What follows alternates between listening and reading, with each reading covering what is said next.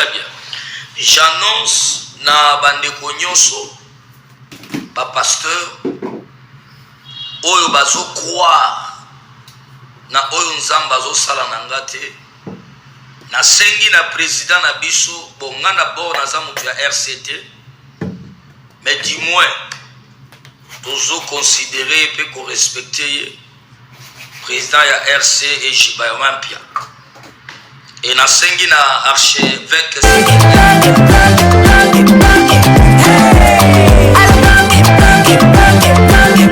Oyoki elenge ya Congo, tapelema, tapelema, tapelema, tapelema, tapelema, tapelema. Très bien. J'annonce na bandeko nyonso ba pasteur oyo bazo croire na oyo nzamba zo sala na ngate na sengi na président na biso bonga na bord na za mutu ya RCT,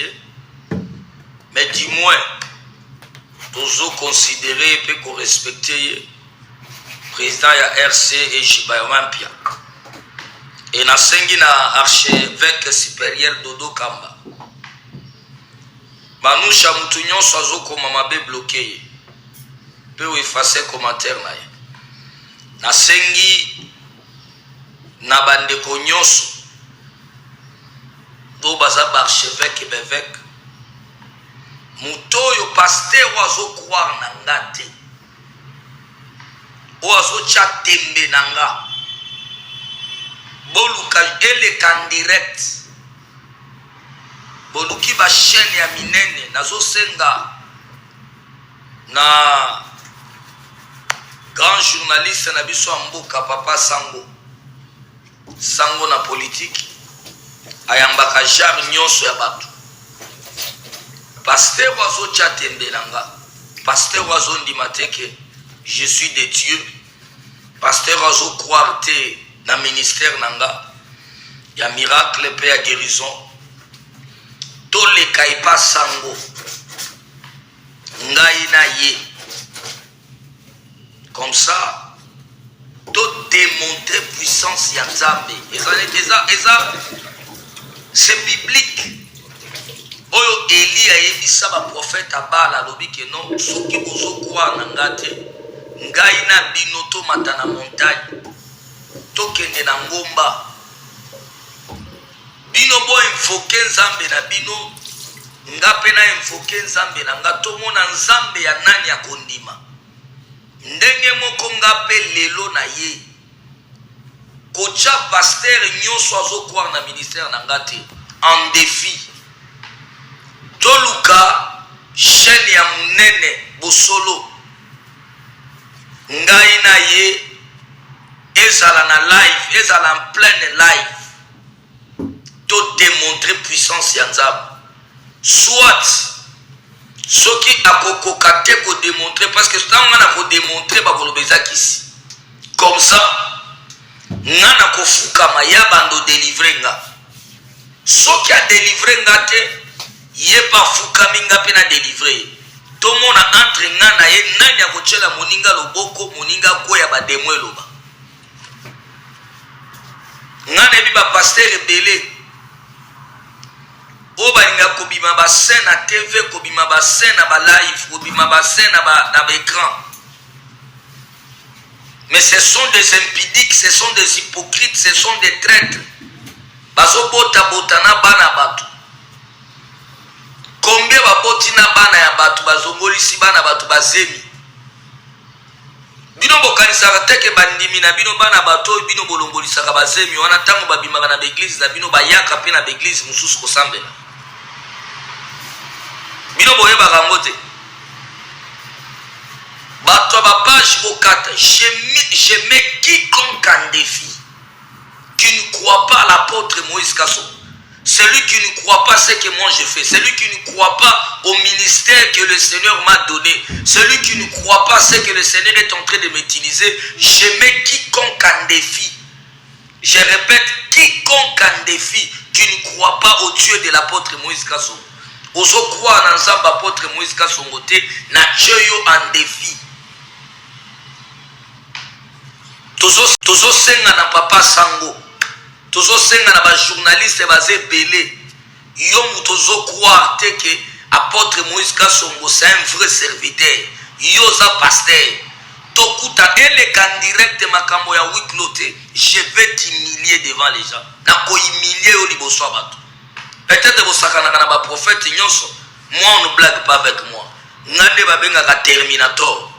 ya évangile moi je mets quiconque en défi et ça la na Bible Elia lobeli ba prophète abala lobi to matana montagne ngana binoto lakisana nani azana nzambe c'est ce que je suis venu répondre pasteur oya lobaki likolo cher na ye o batu musuba komo balusa batu banyao badini je vous mets un défi bosala ngona présence na biso soki bosali yango ngana tiki kote yo te akayoza pasteur yo mwana oyo obime pa Moïse Mbiye yo mwana oyo yo za pasteur yo bosani yo est-ce que yo bo pousser omoni na oboya okota na monde ya Denis Lesi ya kobimisaka ba matière oyebi fio vivaka oyebi makambo salaka kuna za vie privée na yo na okota ngote mais je te mets aussi en défi si tu es fort yo mwana oute pa Moïse Mbiye yo ukima Moïse Mbiye o trahira ye oleki na chair na yo tu veux me mettre en défi moi aussi je te mets en défi. Comme tu ne crois pas à ce que Dieu est en train de faire avec moi, parce que toi tu es limité tu es limité d'onction. Tu n'as même pas l'onction à Kobi qui s'attend à la fièvre. Depuis Toyeba ou Totikala comme on a témoignage moko ya muto abiki aleki na TV na yote. Je te mets en défi. Et puis deuxièmement na zokama, bozo kanga eshiba ya mampia, bo interpeller boka est-ce que ba biso ngana za muto RC. Ngana za mutu RCT nana ngo ko courage ya ko kangela l'église ngana za na F90 na za na personnalité juridique nga na za na personnalité juridique ya ngamoko na za na F90 na za na communauté na ngamoko doyo monika ga ola la muki obeleli ba ya ko kanga église yo sakana et puis mutu mususu tango bozolinga boloba boluka bosa la recherche ya koyeba mutu wana il est qui. Moi je suis pas n'importe qui dans ce pays. Peut-être ozana ndeko ya ministre moko asambela kepa na yo mais siko ngai ministre wana ndafuka magadi bosona ogo sacrifier moi na te moi cité osai la rabeto la bato neni yo lingo sacrifier nga moi sakangi biloko alingaki ne mobali abeti moi. Vraiment. Mobali abadobuka moi sabino ba prophète à Kinshasa, baza ba tolokuta, ba prophète à Kinshasa, baza ba escroc, ba prophète à Kinshasa, baza boye. Nde mobali atomboki azui moi ça le bibo. Pona ondima ke mamnazo le belo ke prophète asa escroc. Tokende na yo prophète a répétant on a miso. Na miso na yo. Nde moi ça le bi pona nandima pe ya solo tokende prophète asa nini? Aloba. Maintenant, c'était avant-hier. Nazoyamba consultation prophétique. Tant que vous avez un live, s'il vous plaît. Tant que bakoti dabi ah papa. Avant bakota bazakana mutu basola kanae prophète Sandou. Prophète Sandou a tuni eske bolingi consultation. Bokata live, s'il vous plaît. Bokata live. Ceux qui m'appellent continuer à supprimer WhatsApp pour aller dans vos zones sango sinon. Nde mobile alobi nono ngana ndimeli kana TV. Zoka de mobile azaki sir na makambo na ya sa préparaki. Ya bana mikiwa. Bakoti wana ba caméra na biso ezali to bandi mbala moko bonjour papa et bonjour maman, maman ndimi bonjour to pese micro. Appelle sur mote prophète. Wow, shalom, shalom, shalom, shalom. Sikoyo, tokomi pa papa, bonjour papa, na boy ba bonjour na bino wana. Abandi ko attaquer nga. Yo prophète escroc, boye. Bino de bozo panza ba famille abatu, mabala ya batu. Yo ndeni boye sa mwasi na ngaki, nga na zoli ngana sacrifier. E bandi ndenge nini? Makambo ibandaki wa. Abandi ko gazer nga ko sommer, nzoka na se préparer ki déjà. Ninga pela bitse yo osomenga onga yo yebinga yebisa onga na zanani na maître spirituel ngande mbembe oka maître mbembe ni ngai oh parce que yo ki maître na yo mbembe okoyepa na ngai na ndenge nini ngana zo salela Yesu ngana benga mo sino na église na ngate ngaba tu bayaka na église na ngana benga ka bango te nakangaka mutu na makasi te aya na église na nga mutu ye moko amoni ke prophète azana ba vérité na kende l'église aye ngana zui message uta ke panzam prophète a créé un message te Nzambe nda pesaka message Nzambe nda pesaka révélation et quand tu as donné la révélation j'ai donné à ta femme parce que yo oh non yo boye kebana yo yebinga bokata biso live s'il vous plaît bokata live soki turo mutu abengi na supprimer WhatsApp wa tozoke déjà presque tokoma na 2K voilà 1,8 nde sibolanda lisolo nde sikoyo abandi kosomenga kogangela ngai kodoba boye directement atelemi je pense que bato nyonso bamonaki ntango atelemi achelobo ainvoke asimbi mutu atangi kombo moko boye soki ya bakoko na ye soki ya ndenge nini achelobo na poche abimisi mouchoir moko ya rouge azalaki nango popoli mouchoir wana moni poudre bimi na mouchoir wana na comprendre te na oki neti vertige na oki neti loko moko boye do na moni frudo omoni ndenge je vous donne omoni ndenge mutu soki ameli masanga moko ya annexé ndenge mutu ase perdraka kwei azo comprendre te dadi na komaki neti troublé etango na kwei na yoki na litoi na nga mutu azolisa nga alobi telema kopesa diable accès te telema na tauna kanimba na moko Yesu na telemi na bandi ko gaze na telemi si journaliste na ngana zongisi ye mbala moko na ke na zui mungu wa fire parce que tuzaka na ba mungu wa fire mafuta fire maya fire na zui mungu wa fire na betie mungu wa fire première fois na betie deuxième fois koi troisième fois na betie mungu directement bien aimé dans le Seigneur Nazoli Sabino depuis na botama je jure devant Dieu de la Bible na réseaux sociaux bandoki balandaka biso banganga balandaka biso bamazise balandaka biso bamarabu balandaka biso devant Dieu que je sais ce qui nazo kosa que Dieu prenne contrôle de ma vie je vous dis première fois dans la vie na moni mutu alimwe abaluki mbembe na sauté je pense que bomona ki deka déjà merci beaucoup bota côté pour na bakata biso live na sauté place nazalaki et tant na sauté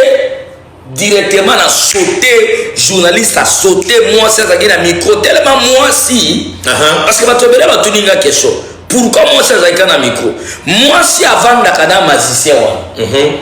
moi ça yebi ba pratique ya mobali na ye OK moi ça yebi parce que mobali wana limwaka OK c'est longtemps on a bandi ko sorona moi si avant dans ya mbaba mona mobali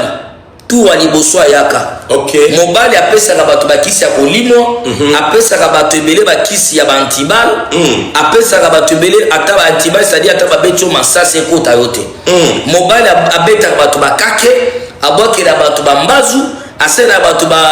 bakisi ya ba porte-monnaie magique mobali simple ça dit moi si ayebi parce qu'il y a des gens qui disent que moi si ndenge nini azaleka na micro mais moi si alalaka déjà na nganga ayebi ke mobali na ngaza nganga ayebi ba pratique nde moi si abandi kolela nde moi si bomonaki moi si pas zui panique a sauter na kiti azo ganga azo trembler la femme ngana sauter parce que bien le meilleur bato so azo sango prophète ozana nguya te nguya tozana ngo mais tozana deux parties tozana partie ya bomoto tozana na partie ya molimo tozalaka na mobangi te mais partie ya bomoto okokipe ya zoto okokipe bobanga ateso abanga kipona oh Élisée na Bible ezobaka Élisée akima tango roi lobi na mboka boye nzala ezali bato bakomi koliana prophète na mboka oyo lelo na koboma Bible ezoba Élisée akima Élisée akimi ne na sauté parce que na panikaki depuis que je suis né depuis que je sers Dieu Depuis que j'ai cru en Jésus-Christ comme Seigneur et Sauveur,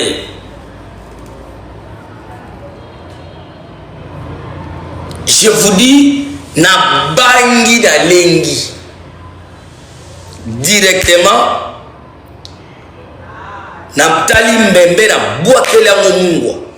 nde na signalé bakati caméra parce que ba caméra mene bakimaki caméra ekati fadé ba omoni ba caméra na biso ngo changer ba pile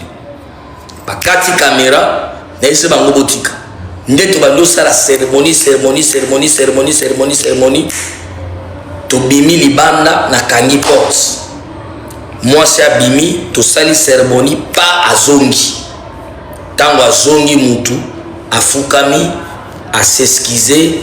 asengi pardon akena ndaku na ye ayena cercueil bokomona image ya cercueil ayena cercueil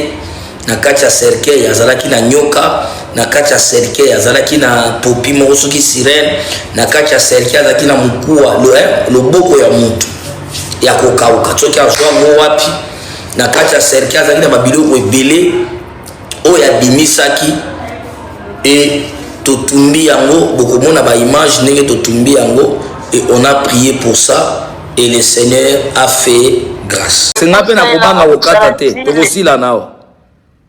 yakasuko to sila nako oloba obengeli nini oh dans le but de poser un service et simbati et loko mon côté tandis que moi j'ai envoyé mon argent loko simbati. OK même tout ce qu'on a déjà ndenge même tout ce qui papa pesa da kanda mo izo pesa déjà kanda ça to zone c'est ngambon nanga ça va na salela ki au service ezaki pour na problème aux na poso concevoir c'est ça yango OK souci na weza ali obota papa bon tout nangé belé bon nandimi otindaki mbongo na yo maintenant je dois quand même vous prophétiser et puis na sambela pona yo na ebi ke na prière ki pona yo simbite mais quand solobi oza na posa ko boto tindaki offrande nandimi na zwa ki offrande na yo OK na lobi boye moi et toi on a parlé ceci lorsque j'ai prié pour toi